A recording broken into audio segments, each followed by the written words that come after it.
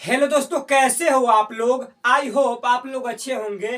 Friends, आज की इस वीडियो में हम लोग क्लास 12 के इंग्लिश के बारे में देखेंगे। और आज हम लोग का पॉइंट रहेगा कि कौन कौन से चैप्टर ऐसे है, स्पीच है, साथ ही कौन कौन से ऐसे चैप्टर है जो स्टोरी है। फ्रेंड्स, इसको हम ट्रिक के माध्यम से समझते हैं। यदि आप आज का वीडियो देख लेते हैं तो आपका 5 नंबर क्लियर हो सकता है। तो चलिए ज़्यादा देर न करते हुए वीडियो की शुरुआत करते हैं।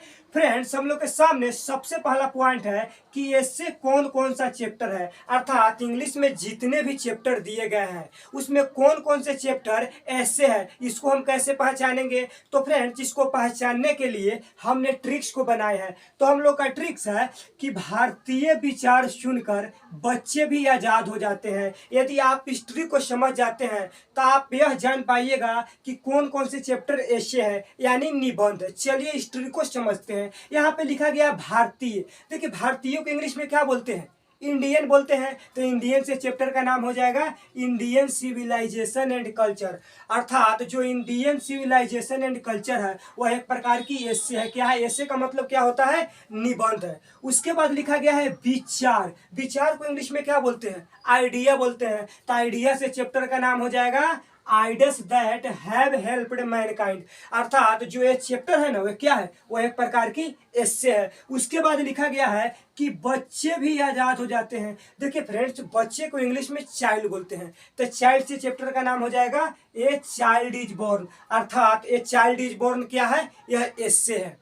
उसके बाद लिखा गया है आजाद। देखिए फ्रेंड्स, आजाद को इंग्लिश में फ्रीडम भी बोलते हैं और फ्री भी बोलते हैं। तो फ्री से चैप्टर का नाम हो जाएगा how free is the press. अर्थात जो how free is the press जो चैप्टर है ना, वह एक प्रकार की एसे है। इस आधार पर हम यह कह सकते हैं कि इंग्लिश में 4 ऐसे चैप्टर है जो एसे है। फर्स्ट है इंडियन सिविलाइजेशन एंड कल्चर। उसके बाद है ideas that have helped Mankind. उसके बाद है ए चाइल्ड इज बोर्न। और उसके बाद है how free is the press. कुछ नहीं, बस यदि आपको ऐसे कौन सा चैप्टर है पहचानने के लिए सिर्फ आप इस ट्रिक को ध्यान में रखिएगा। तो फ्रेंड्स, मैं आशा करते हैं कि आप लोग को ये ट्रिक काफी पसंद आया होगा। अब चलिए नेक्स्ट ट्रिक को देखते हैं। हम लोग के सामने नेक्स्ट पॉइंट है कि स्पीच कौन कौन सा चैप्टर है, अर्थात इंग्लिश में कौन कौन से चैप्टर है जो भाषण है। इसको कैसे पहचानेंगे? फ्रेंड्स, इसको भी पहचानने के लिए हमने ट्रिक्स को बनाए हैं। तो इसको पहचानने के लिए ट्रिक्स का नाम है कि सिर्फ दो, भारत और उसका सपना। क्या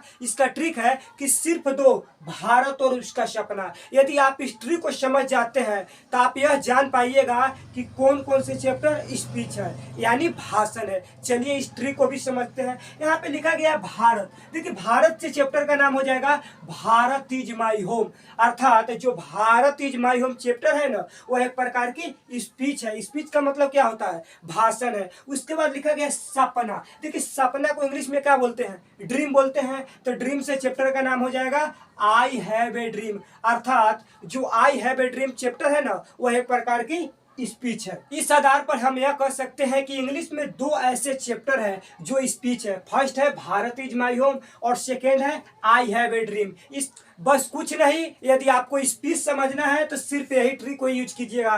ट्रिक्स का नाम है सिर्फ 2, भारत और उसका सपना। अब चलिए फ्रेंड्स, नेक्स्ट पॉइंट को देखते हैं। फ्रेंड्स, हम लोग के सामने नेक्स्ट पॉइंट है कि स्टोरी कौन कौन सा चैप्टर है, अर्थात इंग्लिश में कौन कौन से ऐसे चैप्टर है जो स्टोरी है, यानी कहानी है। इसको भी पहचानने के लिए हमने ट्रिक्स को बनाया है। तो हम लोग का ट्रिक है कि मैं किसी भी कलाकार को चुटकी में जमीन पर ला सकता हूं। यदि आप इस ट्रिक को समझ जाते हैं तो आप आसानी तरीके से जान सकते हैं कि कौन कौन से चैप्टर स्टोरी है। चलिए इसे भी समझने की कोशिश करते हैं। यहाँ पे लिखा गया है कि मैं किसी भी कलाकार। देखिए फ्रेंड्स, कलाकार को इंग्लिश में क्या बोलते हैं? कलाकार को इंग्लिश में आर्टिस्ट बोलते हैं। तो आर्टिस्ट से चैप्टर का नाम हो जाएगा द आर्टिस्ट। यानी जो द आर्टिस्ट चैप्टर है ना, वो क्या है? वो एक प्रकार की स्टोरी है। उसके बाद लिखा गया है चुटकी। देखिए, चुटकी को इंग्लिश में क्या बोलते हैं? सनप बोलते हैं। तो सनप से चैप्टर का नाम हो जाएगा ए पिंच ऑफ सनअप, यानी जो ए पिंच ऑफ सनअप चैप्टर है ना वो क्या है, तो एक प्रकार की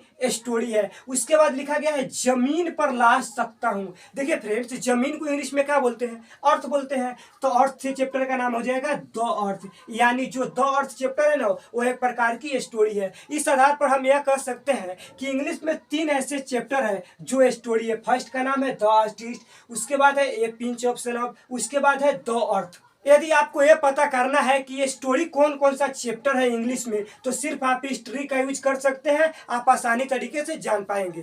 तो फ्रेंड्स, मैं आशा करते हैं कि आप लोगों को आज का ट्रिक्स काफी अच्छा लगा होगा, और ऐसे ही ट्रिकी वीडियो देखने के लिए चैनल को सब्सक्राइब करना न भूले। तब तक के लिए जय हिंद।